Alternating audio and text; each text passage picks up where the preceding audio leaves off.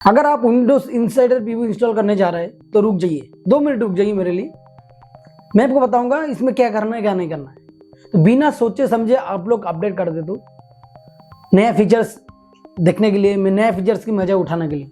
तो ये कितना हार्मफुल हो सकता है अपना पीसी के लिए, ये सारी चीज आपको इस वीडियो में पता चलेगा। और इस वीडियो में मैं स्टेप बाय स्टेप बताऊंगा आपको कि क्या क्या नहीं करना चाहिए, क्या क्या करना चाहिए।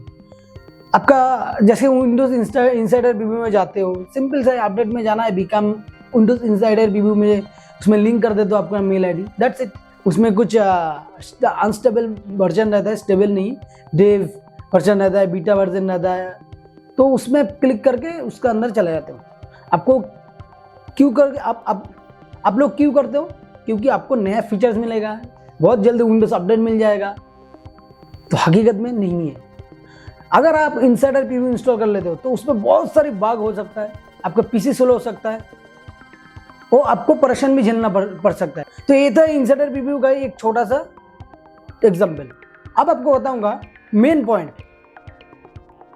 तो मेन पॉइंट में आपको क्या करना चाहिए, मेन पॉइंट में जो विंडोज 11 होता है उसमें जो जो आपको फॉलो करना चाहिए, जैसे आप इनसाइडर प्रीव्यू में इंस्टॉल कर रहे हो और उसमें लिंक करके डेव वर्जन को सिलेक्ट कर रहे हो, यानी कि अनस्टेबल वर्जन जो माइक्रोसॉफ्ट रिलीज किया ही नहीं, वो जो टेस्टिंग फेज चलता है माइक्रोसॉफ्ट की, वो सारी जो आईओएस हो आप डेव के थ्रू या इनसाइडर प्रीव्यू के थ्रू अपना सिस्टम इंस्टॉल करते हो, उसका क्या क्या दिक्कत हो सकता है, क्या क्या प्रॉब्लम सामना कर सकता है, आपको आप इस वीडियो में पूरा पता चलेगा।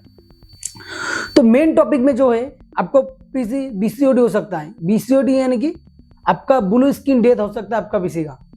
दूसरा, आपका पीसी स्लो हो जाएगा।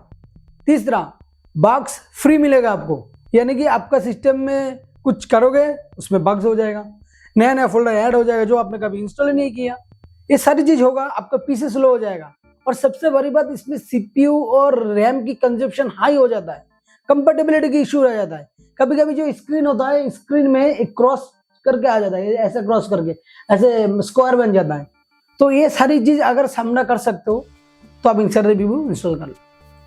ये मेन पॉइंट है, इसमें दिक्कत होता है। अब मैं बताता हूं इसको किसको करना चाहिए और इनसाइडर प्रीव्यू होता क्या है। इनसाइडर प्रीव्यू माइक्रोसॉफ्ट की एक टूल्स है, उसके एक फीचर्स है।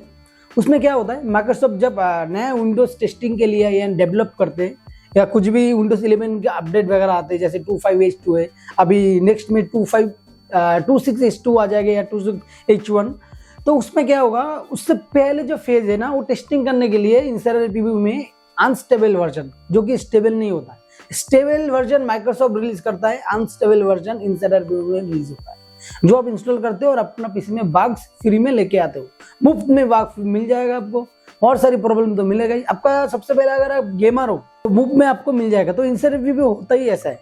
तो उसमें एक डेवलपमेंट आता है, एक बीटा वर्जन रहता है, तो जितना जल्दी रिलीज चाहिए होता है उसमें आपको अपडेट मिल जाएगा और आप अपडेट कर सकते हो। हाँ, ये मानता हूँ कि कुछ फीचर्स आपको मिलेगा जो बिल्कुल नया है, जो माइक्रोसॉफ्ट स्टेबल वर्जन में वो इंक्लूड नहीं हुआ, उसको रिलीज ही नहीं हुआ, वो बना रहा है, और टेस्टिंग फेज के लिए आप इसको यूज कर सकते हो, बिल्कुल फ्री है। और उसके साथ साथ आपका क्या क्या इश्यू झेलना पड़ेगा मैं आपको बता चुका हूँ। ड्राइवर इश्यू सबसे पहले आ जाएगा।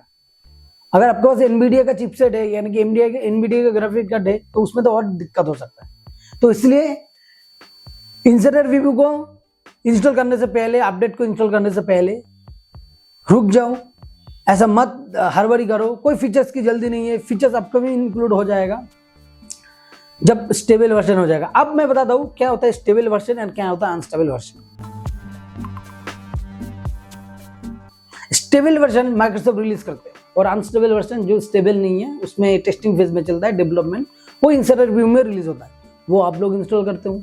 और जो स्टेबल वर्जन है उसमें बग्स फिक्स हो जाता है, ड्राइवर इश्यू फिक्स हो जाता है। जो गेमिंग का FPS है, जो खास करके जो गेमर है, गेमिंग के लिए FPS बहुत एक इंपॉर्टेंट थिंग्स है, क्योंकि गेम खेलते हो ना, तो FPS की बहुत हाई रेट होना चाहिए, FPS नहीं गिरना चाहिए। FPS और शटर दोनों चीज मिलता है इनसाइडर व्यू में, शटर का इशू और FPS का इशू। तो ये सारी चीज आपका अनस्टेबल में जाएगा, और स्टेबल में जाएगा पूरा जो पैकेज जो माइक्रोसॉफ्ट ऑफिशियली रिलीज करते हैं।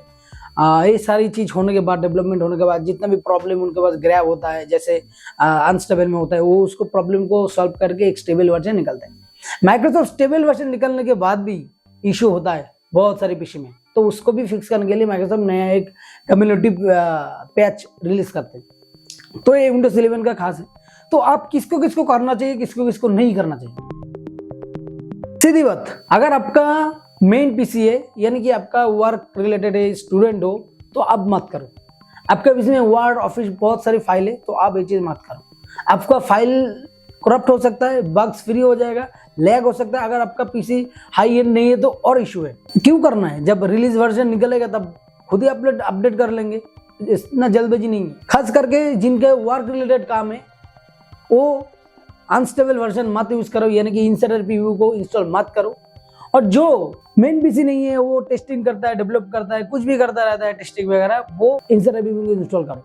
और एक और तरीका है, अगर आपका पीसी हाई एंड है यानी कि 32 GB रैम और i9 और i7 है और कोर भी 16 कोर जैसा है, 8 कोर जैसा पीसी आपका लैपटॉप और डेस्कटॉप है, तो उसमें हाइपर भी करके एक फीचर्स आता है, उसको ऑन कर।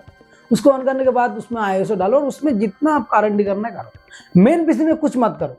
अगर मेन पीसी में करना ही है तो उसको जरूर बैकअप होना चाहिए। अगर आप बैकअप नहीं करोगे तो आपका पीसी करप्ट हो सकता है।